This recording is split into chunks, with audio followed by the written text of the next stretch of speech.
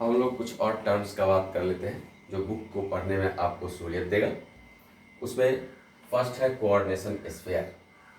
Coordination sphere का मतलब होता है कि जब सेंट्रल मेटल एटम और उससे जुड़े हुए लिजेंड को आप स्क्वायर ब्रैकेट में रिप्रेजेंट करते हैं। जैसे यहाँ पर लिखा गया है सेंट्रल मेटल एटम और लिजेंड है NH3, वो कोऑर्डिनेट बाउंड से सेंट्रल मेटल एटम के साथ जुड़ता है, इसको स्क्वायर ब्रैकेट में रिप्रेजेंट कर दिए, ये हो गया कोऑर्डिनेशन स्फीयर। ये सेंट्रल मेटल एटम, ये लिजेंड और स्क्वायर ब्रैकेट में इनक्लोज कर दिए, ये हो गया कोऑर्डिनेशन स्फीयर।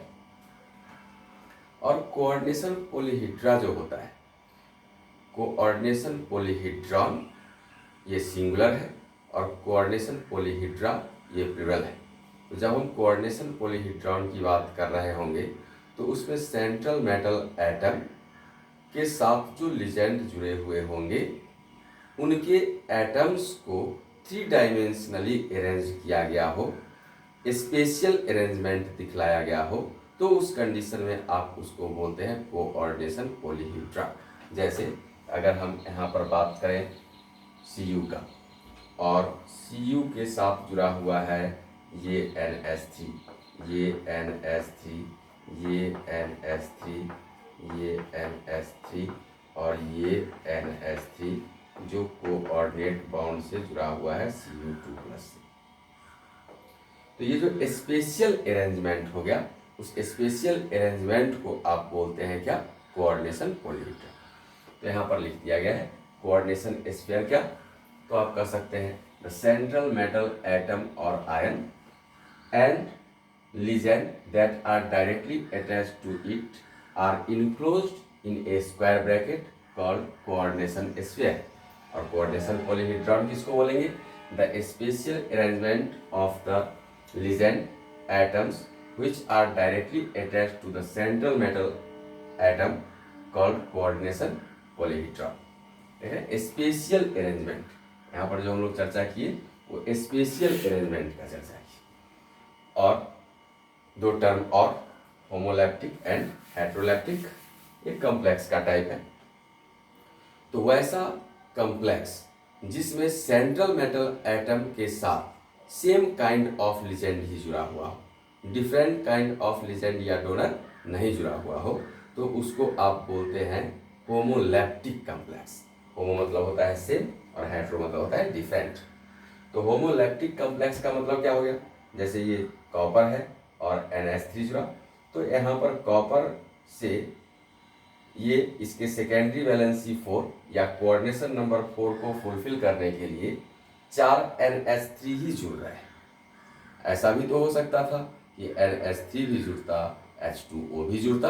H2O भी तो मोनोडेंटेड लिजेंड है, इसको तो हम ऐसे भी लिख सकते थे। अगर हम कॉपर को ही सिर्फ अटेंशन दें तो कॉपर को अटेंशन देते हुए ये NH3 का संख्या यहाँ पर हम 2 ही रखते और H2O का संख्या 2 ले लेते, तो ये जो कॉम्प्लेक्स कंपाउंड बना, इसमें कॉपर का secondary valency that is coordination number 2 + 2 4 हो ही गया। यहाँ भी 4 है, और हम आपको बताए थे कि जो सेकेंडरी वैलेंसी होता है वो कैरेक्टरिस्टिक होता है सेंट्रल मेटल एटम के लिए, तो यहाँ भी 4 हो ही गया। लेकिन इस वक्त काइंड ऑफ लिजेंड में वेरिएशन आ गया। ये काइंड ऑफ लिजेंड में वेरिएशन आ गया तो इसको आप बोल दिए हेट्रोलैप्टिक कॉम्प्लेक्स। और अगर वह काइंड ऑफ लिजेंड में कोई वेरिएशन नहीं हो, same kind of legend central metal atom के साथ जुड़ा हुआ हो, तो उसको आप बोलते हैं होमोलैप्टिक कॉम्प्लेक्स। तो ये एग्जाम्पल हो गया किसका? होमोलैप्टिक कॉम्प्लेक्स का, क्योंकि Cu के साथ इसके सेकेंडरी वैलेंसी 4 को पूरा करने के लिए NH3 ही सिर्फ जुड़ा हुआ है 4 के संख्या में। और यहाँ पर बात किए, ये एग्जाम्पल हो जाएगा हेट्रोलैप्टिक कॉम्प्लेक्स का, क्योंकि कोबाल्ट का कोऑर्डिनेशन नंबर और सेकेंडरी वैलेंसी 4 नहीं 6 होता है, ये 6 है। ये 2 + 2 नहीं हम काउंट कर रहे हैं, ये 2, ये मोनोडेंटेड लिजेंड है तो 2 कोऑर्डिनेट बाउंड बनाएगा। लेकिन ये जो इथिलीन डाइएमीन है या तो बाइडेंटेड लिजेंड है, तो एक इथिलीन डाइएमीन 2 कोऑर्डिनेट बाउंड बनाता है, और 2 इथिलीन डाइएमीन है तो 4 कोऑर्डिनेट बाउंड बनाएगा। मतलब ये कोबाल्ट से 4 कोऑर्डिनेट बाउंड बनाएगा इथिलीन डाइएमीन, और 2 कोऑर्डिनेट बाउंड बनाएगा 2 क्लोरीन, यानी total number of coordinate bound all around the central metal ion cobalt is 6, hence the coordination number और secondary valency of cobalt is 6। तो कोबाल्ट का secondary valency कितना हो जाएगा, 6 के बराबर हो जाएगा। तो इस तरह से हम लोग चर्चा कर लिए यहाँ पर, जो ये हो गया हेटेरोलैक्टिक कॉम्प्लेक्स। अभी हमको सिर्फ ये बात समझना था कि यहाँ पर डिफरेंट लिजेंड जुड़ गए सेंट्रल मेटल एटम से, तो ये हो गया हेटेरोलैक्टिक कॉम्प्लेक्स। यहाँ पर सेम ही लिजेंड जुड़े हुए हैं सेंट्रल मेटल एटम से, तो ये हो गया होमोलैक्टिक कॉम्प्लेक्स। ये एग्जाम्पल्स थे कुछ टर्मिनोलॉजी के साथ। अब हम लोग कुछ क्वेश्चंस का बात करते हैं।